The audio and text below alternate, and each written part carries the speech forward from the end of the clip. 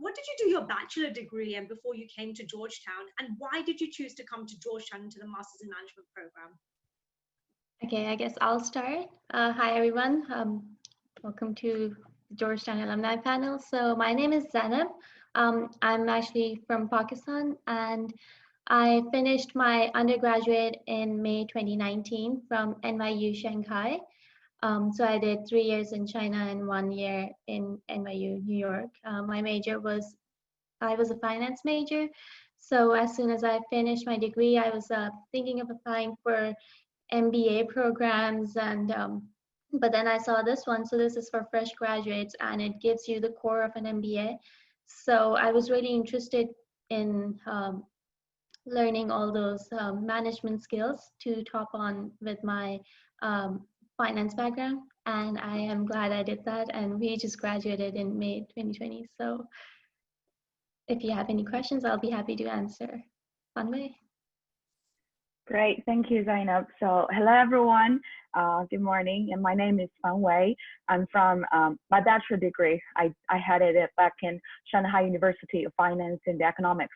Before coming here, my background was in economic sociology, so it's more of an interdisciplinary field of sociology, like the humanity background and the business background. So the reason why I chose to come here is, first of all, because of Georgetown, the school reputation, as well as the location. Washington, D.C. has offered me, I was estimated it's gonna offer me so much more than the small places in some random town.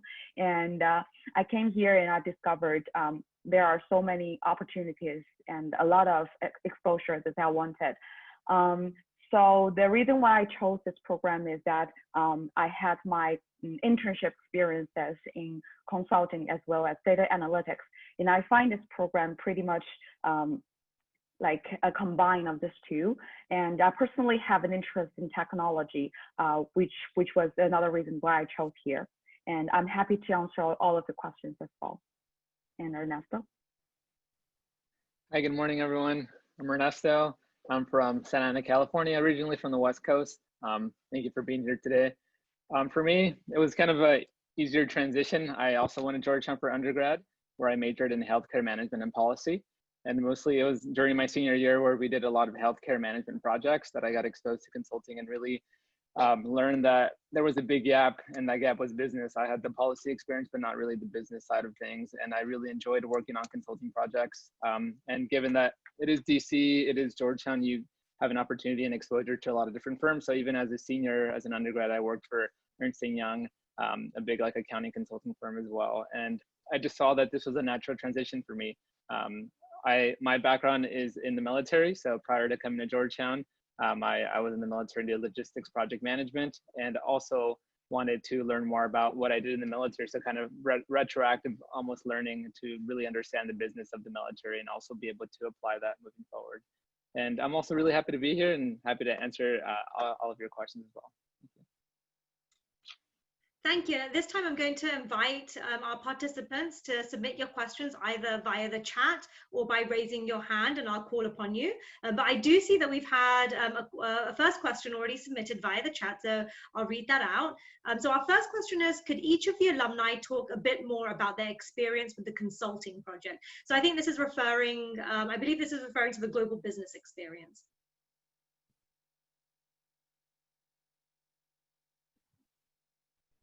Should we go reverse order this time? Ernesto, do you want to start us off? Sure. I'm not sure if there were any specifics. I know it was a very long project that we worked on, but I think if I can give like a high level overview, at least for me, I was on a healthcare management consulting project. So go figure, something that I really liked, which is really awesome. And so I worked for healthcare human capital consulting in Singapore. We just wrapped up the project a couple of weeks ago, and this was, for us, the big problem was a competitive market strategy, how this firm could compete in Singapore with the rise of non-traditional education, whether that's online learning or different sort of platforms or non-traditional continuing studies learning programs. I think for us, that was our main challenge that we dealt with. And given that, really, we were kind of curtailed by COVID. Most of the interactions were via Zoom. And I think one of the big takeaways, I think, from that project is that's really where the future is moving. So I guess I'm not really concerned that it wasn't in person, because the future of work is going to be more remotely based.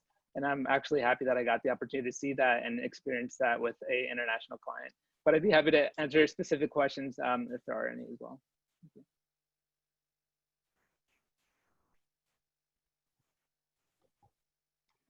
All right, so I'll also give an introduction to our project. So we worked with a client who was trying to put the disabled population in Singapore back into the workforce.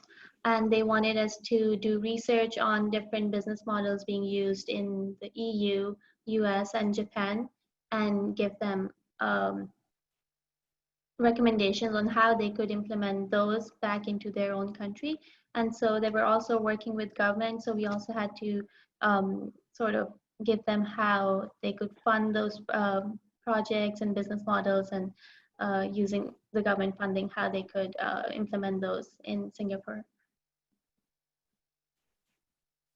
Yeah, thank you guys. So for my project, I was in different group than both of Zainab and Ernesto. And in my project, our client was SATS. So it's like the one of the affiliated companies towards Singapore Airlines. So SATS is a catering company which has around 2,000 million revenues per year. It's a pretty big scale company. They are like generally running in Singapore as well as around Asia, and they like primarily cater to Singapore Airlines. So our project was a very classic consulting project. We were trying to help them to look at Chinese market, Chinese food and service market. They were trying to transition their main business line from aviation field to non-aviation field.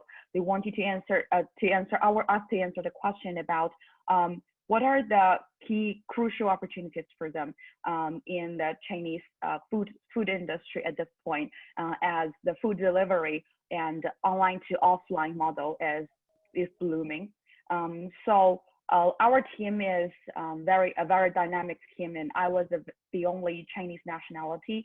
So we were helping each other to look into this question from not only a Chinese perspective, but also a global perspective, and we're comparing the market and the opportunities with the US market at the same time.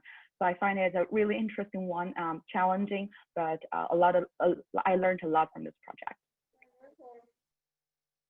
Thank you for sharing about your global business projects. Okay, so our next question is about learning Python in the program. So Python, our students will be learning Python next year as well, so that was the first part of the question. But for the alumni, can you speak to your experience about learning Python in the class, and also were there any projects that you worked on where you were able to utilize Python as well? And perhaps you can extend it to the other programming languages as well, because we do also do R and SQL. But just a little bit more about your experience with learning programming languages, and if you're able to, incorporate them into projects. I guess I can start with that. So for the programming languages, yes, in the first module, so Python, R, and SQL. These three languages were all included in our managerial statistics course. So in that class, we first got our hands on Python. So we started with the very basic. We entered the very elementary level, and step by step, we were able to do a longer code and a project. So as for me, I feel like the course was sort of introductory, like to help us to get comfortable with coding itself. And me myself recently have started learning Tableau and earning certificates online. So I feel like it's a good opportunity for me to like get familiar with it, because I'm from a humanity background. I didn't have any coding background, and I'm like, it just developed my interest in it. And at the end of the courses, I think we have several projects that will require us to like deploy all the methods that we learn in between the classes. So basically, so in a nutshell, it was help me to develop interest and gave me the resources that I will know where to look for those resources to equip myself for like the requirements for the employers. Yeah, I think Panvi really covered it well, but just to add to that, so I also had no coding background, and it really helped me to start with that basic level. And obviously our cohort had really diverse background people, so everybody had a different level of their coding abilities. So I think that also really helped in a classroom setting when someone needed, we really like work in a collaborative environment for the stats class where we learned these languages. So that really helped. And for the second part of the question, I think you could definitely work with your professors and even during office hours if you want to work on a personal portfolio, that would be very much possible.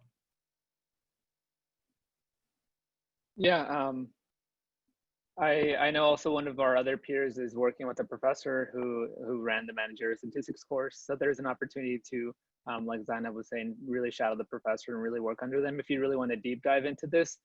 We're also aware that coding in Python might not be for everybody, including myself, given that I was also very new to it. So I think just like everything else, don't forget that this is a very much an accelerated program. And so if you want to learn something, you know, by the time you want to deep dive into that, you're learning something new. So you just have to learn to be adaptive and be quick on your feet as well. And if you really want to dive deeper into that, that's kind of where more of your own personal learning has to go into that. And that includes reaching out to your professors, you know, maybe buying books. But there is a lot of exposure and training that you get. Even on Fridays, we had a lot of Excel training, even Jupyter Notebook training as well. So I think there is an opportunity for that. And if you really want to get invested, I wouldn't be too worried. I think there's definitely an opportunity for you to deep dive into that.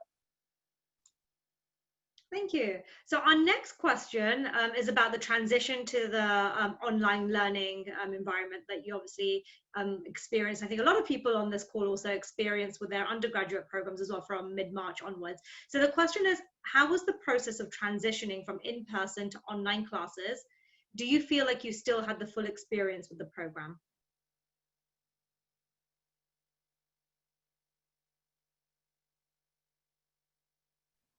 Sure, I can go ahead and take that. I think personally, I think for me, the easiest transition was solely based on the fact that I already knew the professors. So it wasn't like a brand new sort of thing where I was trying to understand who this person was behind the screen. And I think for us, we had the benefit of being enrolled in courses with professors. And I think we started with one of our finance courses, which continued on to the second semester. And so for me, I think that was one of the easiest things, but I also understand that there's a lot of distractions with online learning. There's a lot of things going on in the background, a lot of things going on at home. So I think it just requires a little bit more discipline and sort of like time management to really be engaged. There's all these, thankfully there's a lot of online articles now as to like what are best habits for online Zoom learning, put your phone away, you know, these different little habits that you can do to best be prepared for online learning. But I think in terms of the education and the delivery, I think it was spot on. I don't think a lot of it changed. Finance was still very hard, even online. It didn't get easier just because we moved to a Zoom platform. So I think there's a lot of pros and cons, and it really depends on your personality and the type of person you are. If you feel you need more personal and face-to-face attention, there's office hours. The TA definitely took the time to do a lot of Zoom calls with us, which was extremely helpful. So just kind of find what works for you, and then you know, just ensure that you continue with that.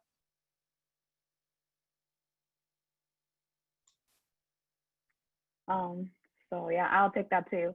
So for me, I feel like the very crucial thing about this program in the beginning was the community, was to form the people who are around you. I feel like this isn't a learning process for me and myself alone. I have a lot of discussions, a lot of group work with my teammates, and a lot of friends who are supporting each other. So I feel like as for online learning, it wasn't a big issue for me because I formed the friendship at the beginning of the program, that the program was doing a really good job to link us together, to have us to get familiar with each other. So I feel like as long as I have my friends who are supporting me, who is constantly reminding me where to open the material, well, to keep up with, I think it's it was an easy transition for me. Honestly speaking, I feel like we're entering the future one step earlier.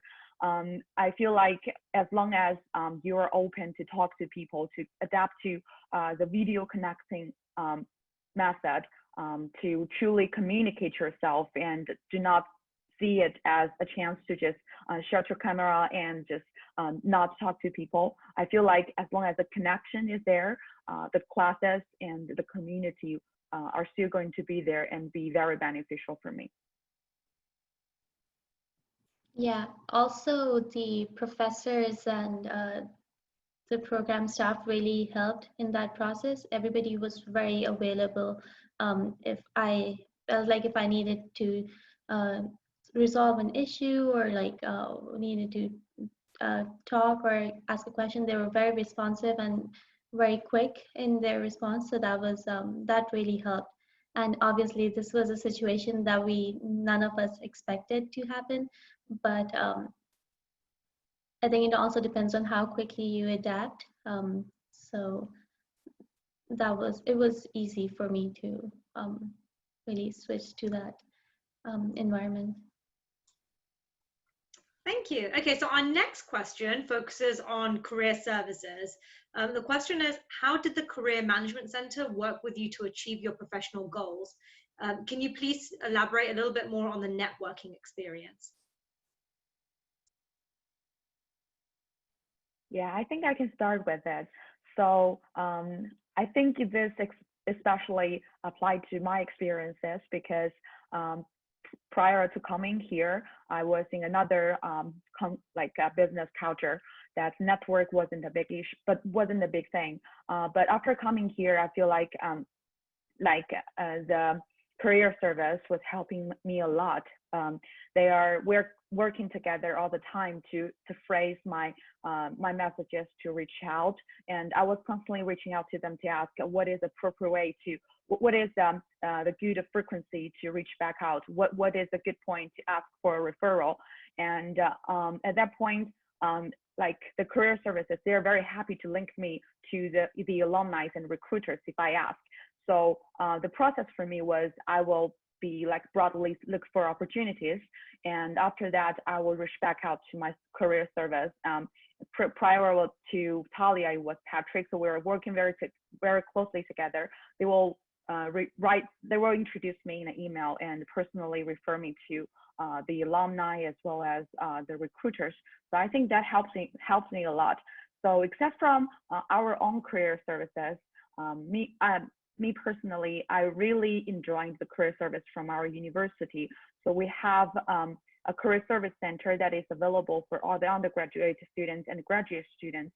And they have very broad resources, and through them, I was able to sign up for a lot of coffee chats with a very broad range of companies.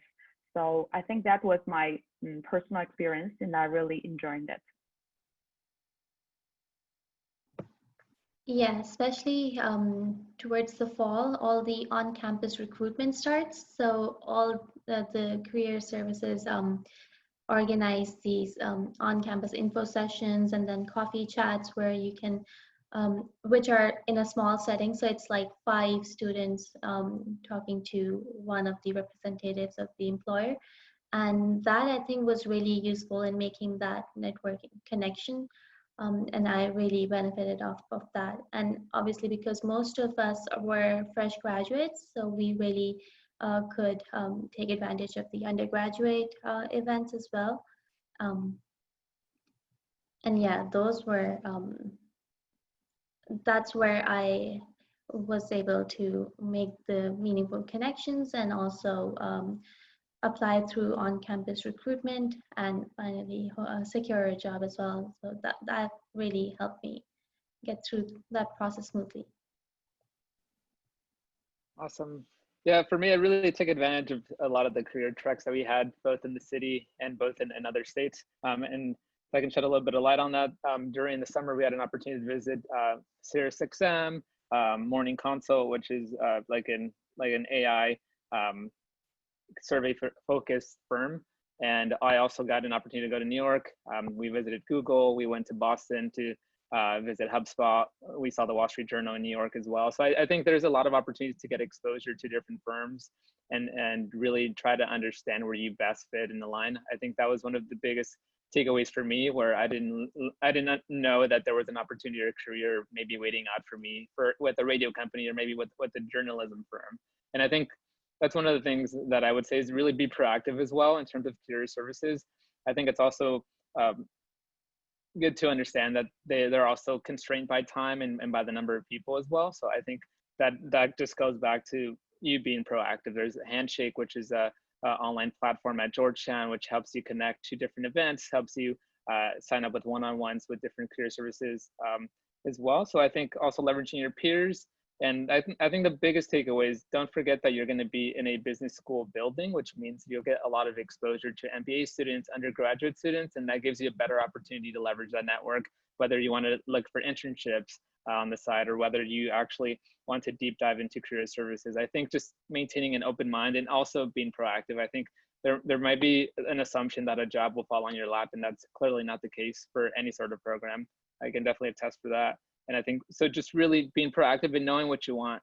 I think attending a lot of events, it will really open up your mind. And I think I'm struggling to forget the quote now, but one of the ladies from career services kind of said, if you go asking for help, they'll tell you that there's a specific problem you need to find. But if you tell them, this is what I need help with, and they'll give you advice.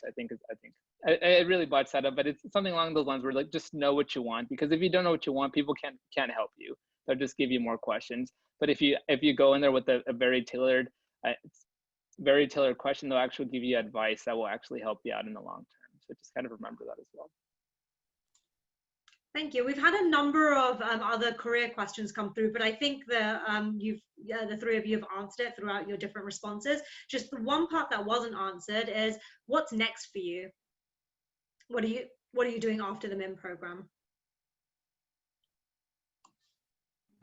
Okay, I guess I could start. So I'll be joining Ernst & Young in Tysons McLean as a risk advisory staff program.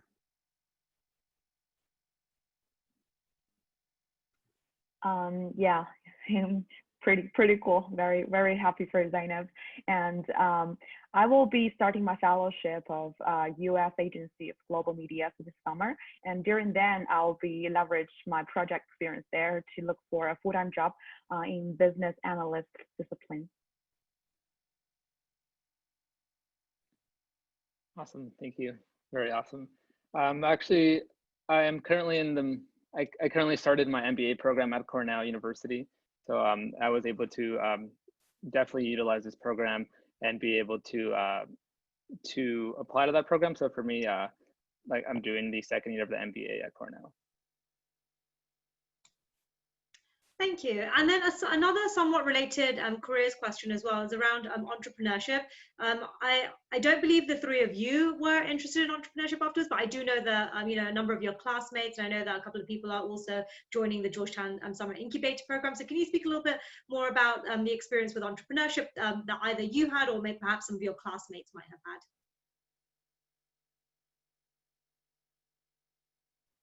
Yeah, I can speak about that.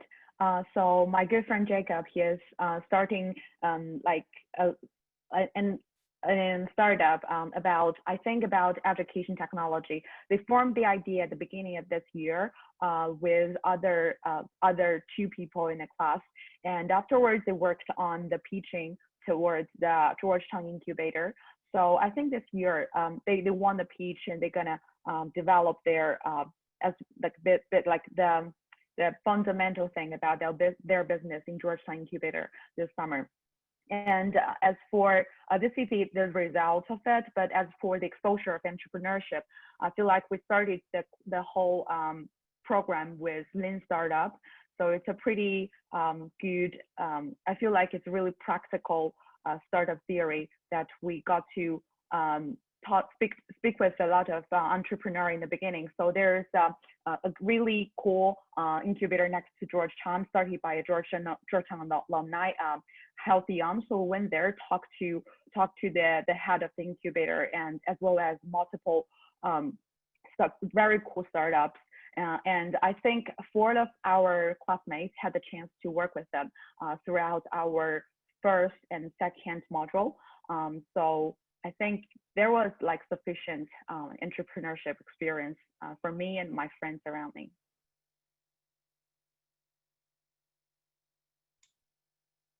Okay, I'll move to the next question then. What was the school life balance, and were you able to be involved in other activities or jobs, internships, for example?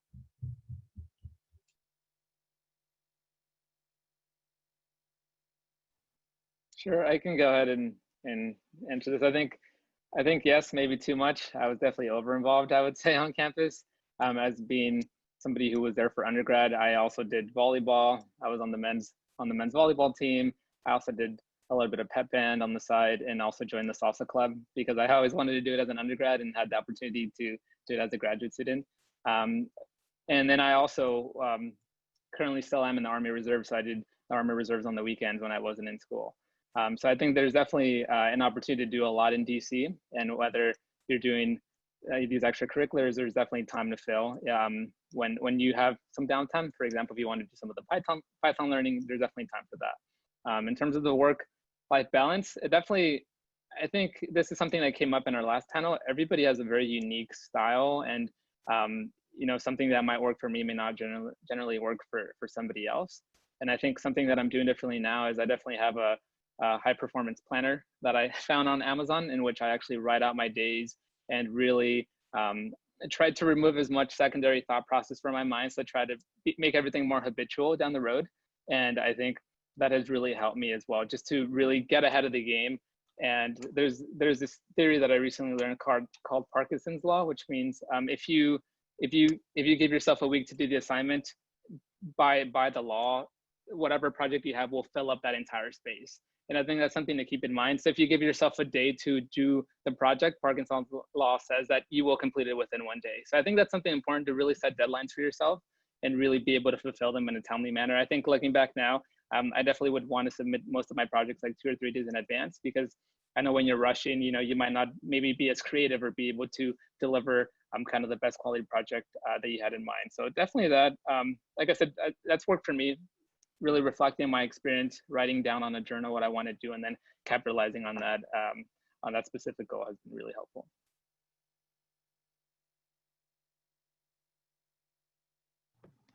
Yeah, you can go ahead. Go ahead. Go ahead. Okay, so I was just gonna say that yeah, there is a lot of time for you to explore DC, because if you're only going to be here for a year, there is a lot to see in the city, and we definitely made time. I made time with my classmates, my close friends, to go around and explore the museums, and also you need some time out of your class to meet alumni for coffee chats, let's say, and so like Ernesta, I think, really put it well. So you need to prioritize your tests, and since you're also going to be working in group projects a lot, so setting time and trying to really keep that group discussion productive. So if you decide on some grand rules for yourself, okay, I'm going to give this much time to this task and I need to get this done in that time, then you really have a lot more time on your hands to explore DC and also focus on career stuff. And I was involved on campus in, I did an research assistantship, because as an international student, I was authorized to work on campus, but I took full utilization of that. I did a research assistantship, and then I also did a on-campus job as a part-time job. So it was pretty manageable, and I'm glad I did, and I learned quite a bit from that. Yeah, Ernesto and Zainab have like summarized it well. Both like professional, like academic wise and personal life wise. And also Zainab has mentioned the on-campus jobs. A lot of our classmates are doing it starting from the beginning. So it did not only help them to build connection with professor, as well as like looking at a lot of like good projects, but also help them to earn, like to adapt to the working culture and working environment here. As for me, I think the design of the project is scientific. So for the first module, it was very intense. It was in summer. So our schedule was filled up with all the classes, but gradually it slowed down. So correct me if I'm wrong. So in the second and third module, we were having half day class as well as Friday free. So Friday was designed for us to do stuff related to our career development, whether it's career chats, connecting with your mentor outside of campus, as Zainab has mentioned, but also a lot of our classmates have started internship, as I think Hannah has started her internship with Hilton, and like right in front of the second module, I think. So there's sufficient time for you to balance your academic loads as well as internship, as well as you manage your time well, as Ernesto says. And I think the program itself was designed for us to start the internship as early as the classes loads has been decreased. So for me, I started working with one of the professors in third module as well. So we are working with a company outside of class. So I think, yeah, that's about balancing, and there are sufficient opportunities for everybody. So you all mentioned that balancing your time is crucial because it's an accelerated program. Our next question asks, how did you balance your time?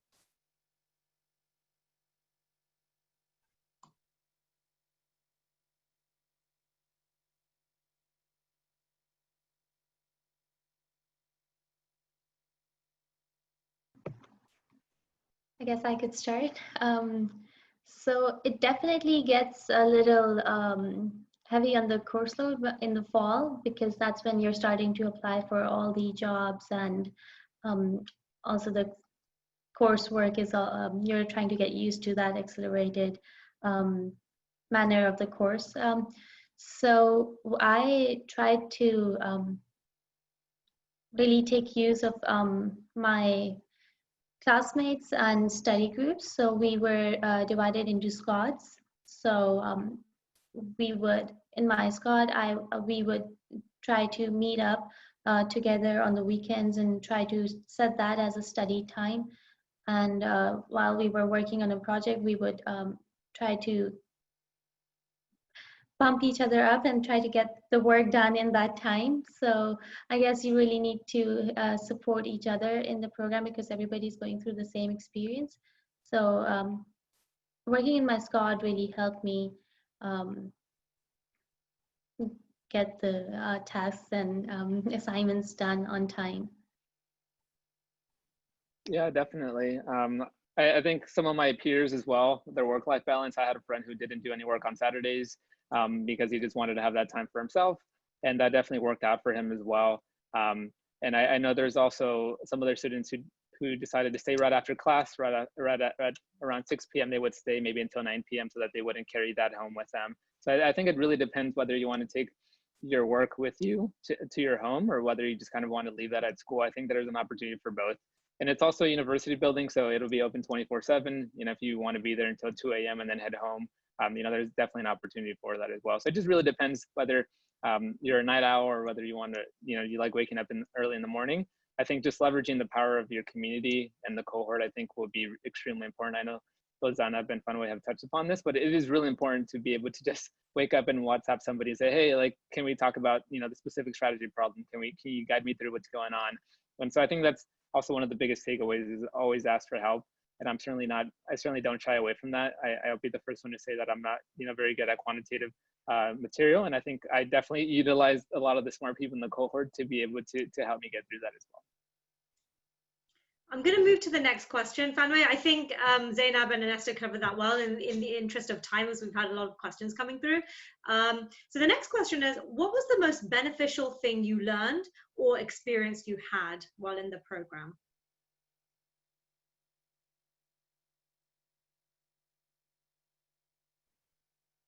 I guess I'll start with that. So first of all, I think it's the really beneficial thing for me is that this program is a real diverse program, like national-wise, nationality-wise, demographic-wise, and as well as religious-wise. It's like a cultural laboratory for me. I had a lot of exposure, learning so many different things from people around me who are so different from me. That's the first thing. And the second thing is that I feel like Georgetown itself is really a resource-heavy spot for me. And I connected to my personal mentor through one of the coffee chats. He's a partner of PwC, and I feel like his advice truly benefiting me a lot throughout the whole process. So these are the two things which are really beneficial.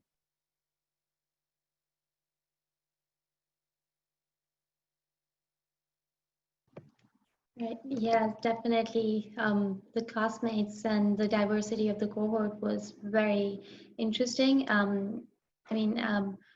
learned a lot from each and every person that I met. They had their different experiences. Everyone came from, almost everybody I know came from a different undergraduate background.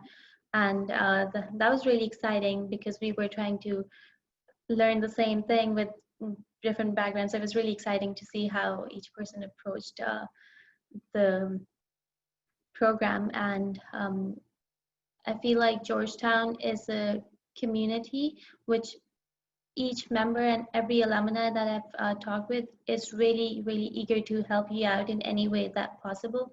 So that was really valuable, and I aspire to be one of the alumni like them, and I feel like that was something very valuable, and I will, it's very dear to me.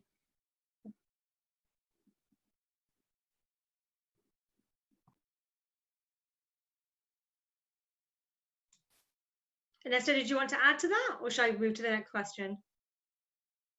No, I think they answered it perfectly. Okay, so the next question is, how competitive or collaborative is the environment?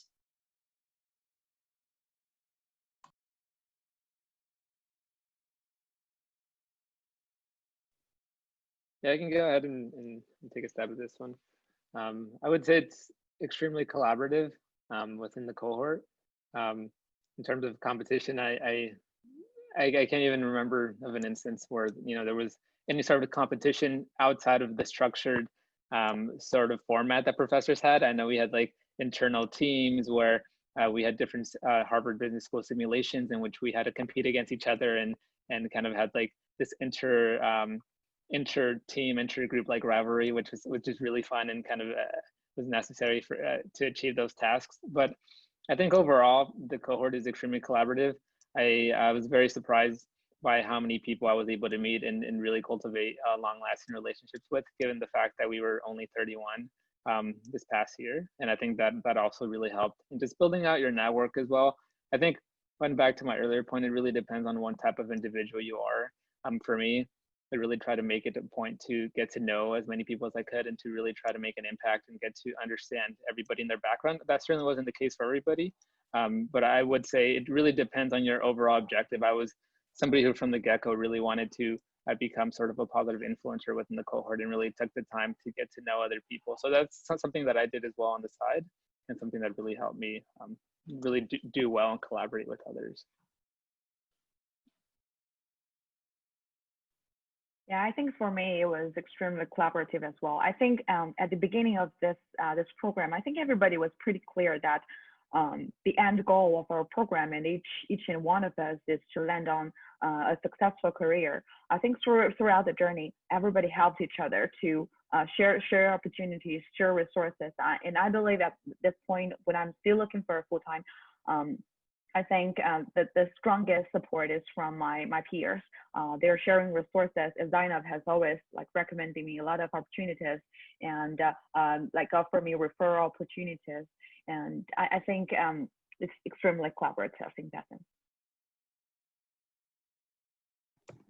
Yeah, I would definitely agree with both of those comments. And yeah, I feel like it was a very collaborative environment. Apart from, obviously, there were some simulations that we had to compete against, but it was all like, it was really fun to participate in those too. But every member of the cohort, in my experience, was trying to help each other to do their best and try to get the best opportunity. The next question is, what was the biggest challenge you faced during the program, and how did you overcome that challenge?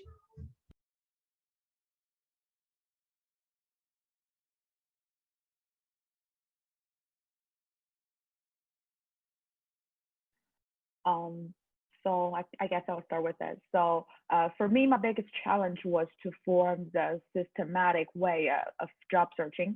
So at the beginning, we were like, I was like trying different methods, going different ways to know what is a good procedure to approach all those job opportunities.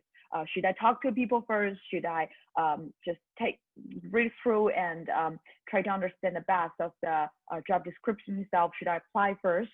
So it was more of exploring progress. But in between, I think because I'm talking to my career coach every Tuesday for around 15 minutes, I have all sorts of questions for him and her. So I think that was what helped me the most to taught me how to approach like job hunt in a good manner. I would say initially, because I feel like as a person, it was really difficult for me to reach out to people and talk to them at networking events. So that was a really big challenge initially for me. And I would still like go to networking events, not really knowing how to navigate through them. But then I got help from my career center, and they gave me tips on how to approach people and professionals, and how to follow up, and what is the right procedures to really write the first initial reaching out email. And I feel like it was really practice that made it perfect. I really had to jump out of my comfort zone to get those opportunities and to make those connections. Yeah, definitely. I think for me, one of the challenges is breaking away from the norm. I think what I mean by that is it's really easy to get influenced by other people. And if everybody's saying going in one direction, we all want to do consulting, and now you have 31 people like wanting to do consulting. At one point, I think it really boils down to finding the right fit for you. I think for me, one of the challenging part is understanding whether it was right for you because everybody else was doing it, or was it really right for you because like it really spoke to who you were and the things that really interested you. So I think that's one of the things to really remember. I would really encourage people to branch outside of Georgetown, branch outside of DC, go, Google a job in Washington State. Like, what are people doing out there? Really understand the job market, understand the jobs that are out there for you. I think it's easy to kind of, be picked up with the current and be able to, kind of get in line with everybody else. But I think it's good to kind of step outside of that after a while and really understand why, and really ask yourself why it is you want to do what 30 people also want to do. I think it's really good to also look whether or not like it's something that aligns with your personal goals, and whether it's something that's feasible or that really aligns with the things you're doing now in classes. And if it's not, then what do you need to do now to pivot and reach out to others, people who are in that different industry. Okay, next question is, what was your favorite class or module and why? I could start with that. So my favorite module, I would say, was Mod 0. So initially when we all came and we were trying to, so that was when we had the whole MSB. It was all sort of empty because the MBAs hadn't come in. So it really helped the cohort to sort of gel in with each other and get ready for, and in that time where we had my favorite class was leadership communications. It was taught by our program director, Evelyn Williams, and I feel like that was my most favorite class. Why? Because we would take the class in parts where we would have a lecture, and then we would go into our small teams with our learning coach, who would usually be an MBA, who was trying to teach us those skills. So what we learned was how to better negotiate and all of these communication skills, presentation skills. And I feel like getting those skill sets in early on in the course really helped in the rest of the program. So reaching out in like networking events and also presentations and all of that. That class really made all of that really smooth. So that was one of the best times.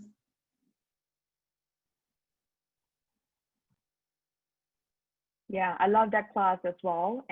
But for me personally, my favorite class was technology strategy, which was an elective that we had with around 50 other MBA students. So at that point, we covered a large range of different topics, like cutting edge technology issues. We talked about the impact COVID COVID-19 gonna impact the technology industry. We covered topics like gaming, streaming, artificial intelligence, cloud computing, and I think all those areas of topics really prepared me vocabulary-wise and as well as understanding-wise for one of my it's not like an internship, but like an activity with Volkswagen. So I was on the innovation board of Volkswagen Innovation Lab. So during that, it sorts of like this class kind of prepares me with the cheat sheet of those discussions to help me to truly make constructive comments on different issues, even on mobility that I'm really foreign with. So I think that was my favorite, and I will keep remembering all the things that we covered in that class. Awesome. Yeah, I think it's kind of hard to pinpoint. There's a lot of classes that I really loved.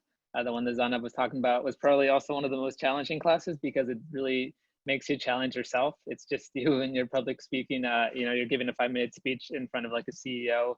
It's simulated, but I think that was one of the most challenging ones, definitely for me. I think for me, I think it's going to come down to operations. There's a lot of other ones. I really enjoyed our law class. So I kind of have to, put in that plug. The very last law class that we took was extremely helpful to really learn, how businesses are really dictated by law and how law impacts businesses, which I think is really important to have. Almost that intersection between like the policy and the actual, the intersection of that in business was really important. But I think operations was really awesome because that's something that I had done a little bit in the military, a little bit of supply chain, and really understanding that what I did was totally different from what we were learning in class, and really understanding how different networks are connected, how the world is becoming more global, and really just the delivery of the professor and the way he was able to make it fun and make everybody laugh throughout the course, I think really made the material digestible. And so that's one of my favorite classes by far is operations with Ricardo Ernst. Thank you. So we've had a few questions come in about the DC experience. I'll sort of put them together. And I guess like the overarching one is, what did you like most about living in DC? And then connected to that DC experience is just, what's the public transportation like? And in terms of accommodation, would you recommend living, like where would you recommend living? Close to campus, somewhere further out where you can, rely on the shuttle or public transportation? So recap, what did you like most? And then recommendations on where to live, and then just what public transportation is like.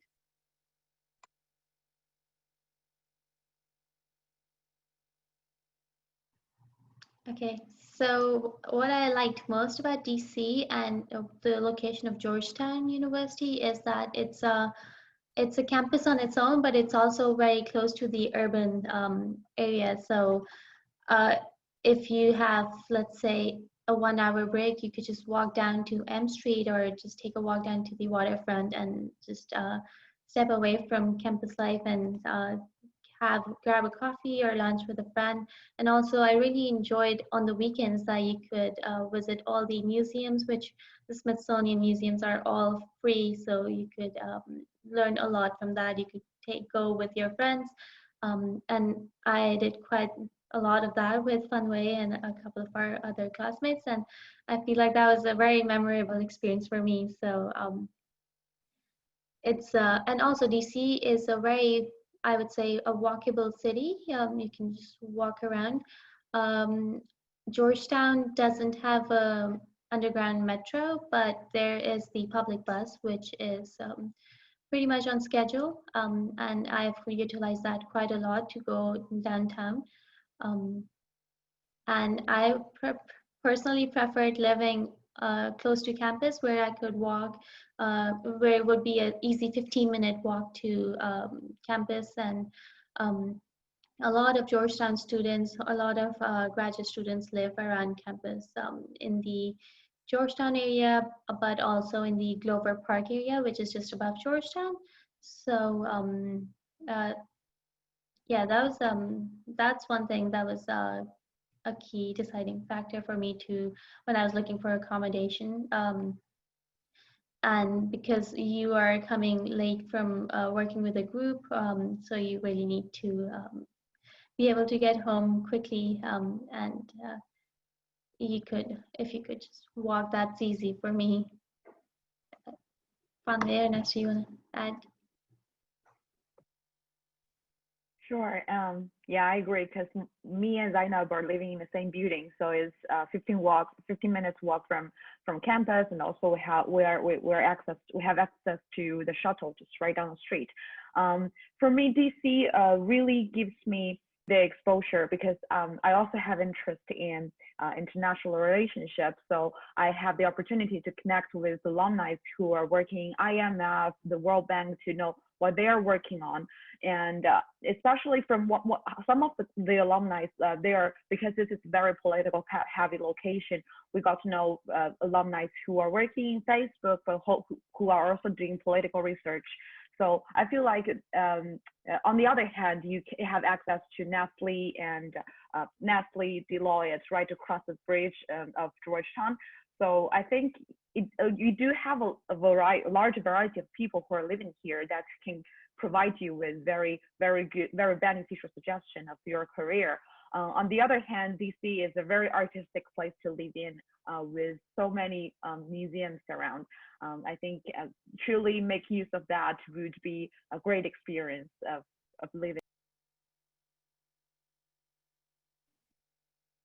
One of my favorite things about living in DC is the fitness culture. I really like how proactive everyone is, and you can be up at 6 a.m. and you'll have tons of people just running around, a lot of cyclists, and I think that's something that I really valued. I just like the run from my house to the Lincoln is about 3 miles, and as Zanab and Fanwei mentioned, just living in close proximity to the university has been really helpful for me. I think I have like an 8-minute walk to school. There's a lot of graduate housing opportunities and different rooms that you can rent if you want to live in a house with other people with roommates, or whether you want to rent out your own apartment out in the area. I think it really depends on your options and how flexible you are with that as well. And I also wanted to just plug in a couple of other resources. There's the Georgetown University transportation shuttle, GUTS bus, that actually takes you all around DC, takes you to the Law Center downtown, which is also about a 10-minute walk to the US Capitol. There's Safe Ride, which is a specialized services where there's student drivers that will actually drop you off if you live within a certain area within the community. So it's pretty much like a free Uber or Lyft if you really think about it for Georgetown students. And so even if you live 5 minutes away from campus, you can get a ride home every single night pretty much for free. So I think in both the walking and using these resources, I think it's pretty easy to get around DC as well. And especially if you like to be physically fit and active, I think a lot of these things are walking distance from the university as well. Thank you. Okay, so we're coming up on time, but I have just a couple of other questions. So the next question is for Ernesto, actually. So Ernesto, this is from somebody who is interested in utilizing the Masters in Management program to pursue an MBA later. So the question is, did Cornell urge you to consider the 1-year MBA option as opposed to the traditional 2-year option because you'd already completed, the MBA core requirements with the Masters in Management program? Yeah, definitely. Thankfully, I was able to address this question in the chat as well. And one of the things that I had mentioned is the program that I applied for required students to have a master's degree. So I definitely couldn't have done it without this program here. And also I am in the 1-year accelerated MBA program. So I made that correction as well. But yeah, I think definitely when they say core MBA, they truly mean it. I'll tell you that. The things that we're learning now are definitely pick up from this program, and also, are also vastly different. They're two completely different programs. I think the experience that I've had with the main program is very unique and extremely valuable for what I'm doing now. And then my final wrap-up closing question is, if you could go back in time and give your pre-program self one piece of advice, what would that be?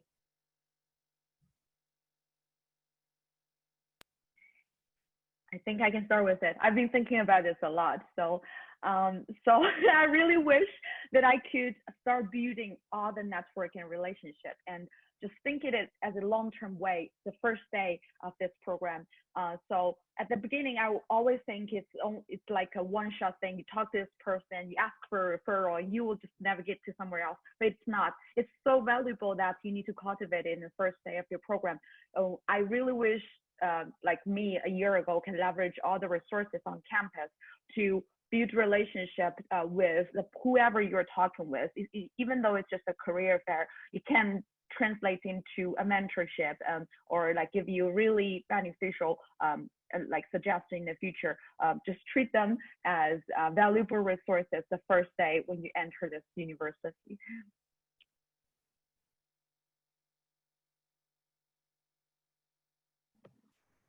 I guess I haven't really thought a lot about this, but I guess one advice that I would give to my pre-mem self would be that I feel like I should have reached out to the professors more. I've been more of a shy person usually, but so I feel like they have a lot that you could learn from them from office hours, and they're really always all the time there. So I would say reach out to your professors and utilize office hours and try to find research opportunities with them while you're in the program. Just like Funway, I've had a lot of time to think about this. I really like to reflect on my experience. I think the biggest thing is be more invested in the program.